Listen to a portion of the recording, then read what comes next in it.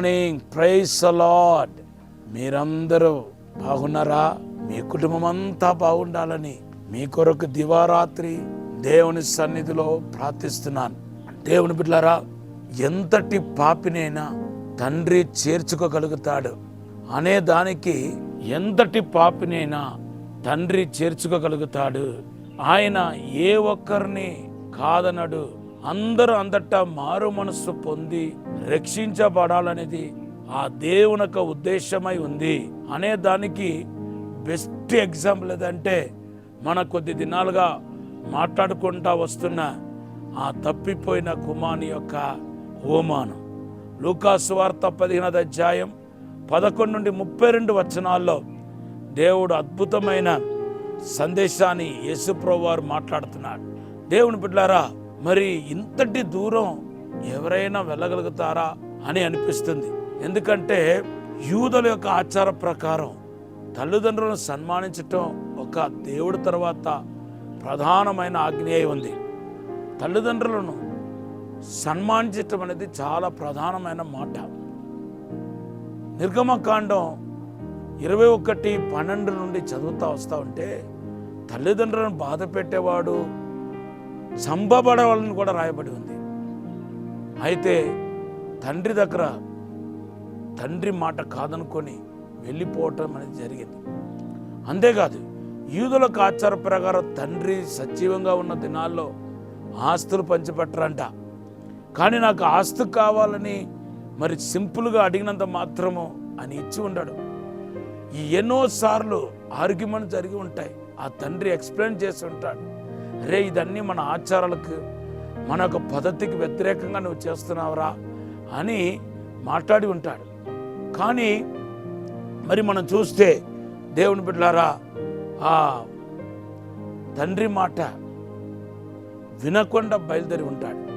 తర్వాత అక్కడికి వెళ్ళిన తర్వాత మనం చూస్తే లేవియాకాండం 11వ అధ్యాయం 7వ వచనం బట్టి పందులు అనేది అసభ్యకరమైంది. అది నిషేధించబడిన ఒకటి. దాన్ని ముట్టుకోవటం, దాన్ని అనుభవించటం పెద్ద పాపం. ద్వితీయోపదేశ కాండం 14:8లో దాన్ని ముట్టుకోవటమే పాపం అని రాయబడి ఉంది. తర్వాత వేశ్య దగ్గరికి వెళ్ళటం, అది ఎంత పెద్ద పాపం. అన్ని ఓవరాల్గా మనం చూస్తే 10 ఆజ్ఞలలో మొత్తం అన్నిటినీ అధిగమించాడేమో అని అనిపిస్తుంది. కానీ ఆకలి కోసం ఏమైనా చేయాలనే ఉద్దేశంతో, కడుపు నింపుకోవటానికి కోసం కొందరు ఏదైనా చేయటానికి సిద్ధపడతారు చూసారా. అట్లా వీడు కూడా ఏం చేస్తాడంటే, తన కడుపు నింపుకోవటానికి ఏదైనా చేసేవచ్చని చెప్పి ఆలోచన కలిగి ముందుకు సాగటం అనేది జరిగింది. పరిశుద్ధాత్మ దేవుడు ఈరోజు మాట్లాడుతున్నాడు. మీ జీవితాల్లో ఇటువంటి ఇరుకులు, కష్టాలు, శోధనలు వెనకాల ఇంత కష్టం అనిపించడానికి గల కారణం దేవుని విడిచి వెళ్ళిపోవటం అనమాట. చాలా మందికి ఆజ్ఞను అతిక్రమించడం అనమాట. ఇంతటి గొప్పవాడు ఎందుకు ఈ స్థాయికి జారిపోయాడంటే, లెక్కలేని తనానికి ఎందుకు వచ్చాడంటే, ఇంత కష్టం ఎందుకు ఎదుర్కొన్నాడంటే తండ్రిని విడినాడి వెళ్ళటం. దేవుని బిడ్డలారా, దేవుని తండ్రిని విడిచిపెట్టే ఏ ఒక్క కార్యాన్ని మనం ఎంకరేజ్ చేయకూడదు. మన ఆత్మతో గట్టిగా చెప్పాలి, దేవుని విడిచి వెళ్ళవద్దని చెప్పాలి.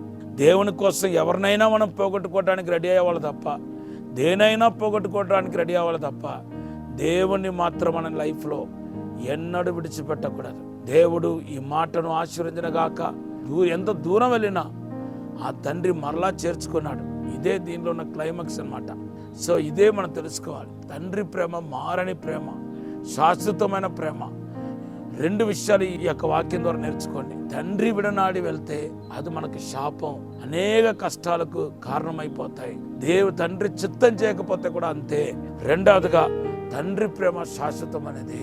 ఈరోజు ఎంతగా ఆయన ఘోరమైన పాపంలో జీవించాడో ఈ యొక్క 10 ఆజ్ఞలను బట్టి చూస్తే చాలా దూరం వెళ్ళిపోయాడు. తండ్రి క్షమించి చేర్చుకున్నాడు. మీ జీవితంలో కూడా అటువంటి కార్యం జరగాలని ప్రార్థన చేస్తున్నాను. పరిశుద్ధము నమ్మకమైన పరలోక తండ్రి, నీకు వందనాలు, స్తోత్రాలు ప్రభా. మమ్మల్ని క్షమించి, మన్నించి, పరిశుద్ధపరిచి, శుద్ధీకరించి ప్రభా.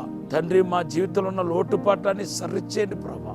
పరిశుద్ధాత్మ చేత, మహిమ చేత నింపండి ప్రభా. దైవిక ప్రసన్న చేత నింపండి ప్రభా. మీరే తాకుమని దీవించి, బలపరిచి, అభిషేకించి నడిపించమని, తోడుగా నీడగా ఉండి సహాయం చేయమని యేసు నామములో అడిగి వేడుకుంటున్నాం తండ్రి. ఆమేన్. కీర్తన 32:8 వాగ్దానం, దేవుడు త్వరలో మీకు ఒక అద్భుతం చేసి మిమ్మల్ని హానర్ చేయను గాక.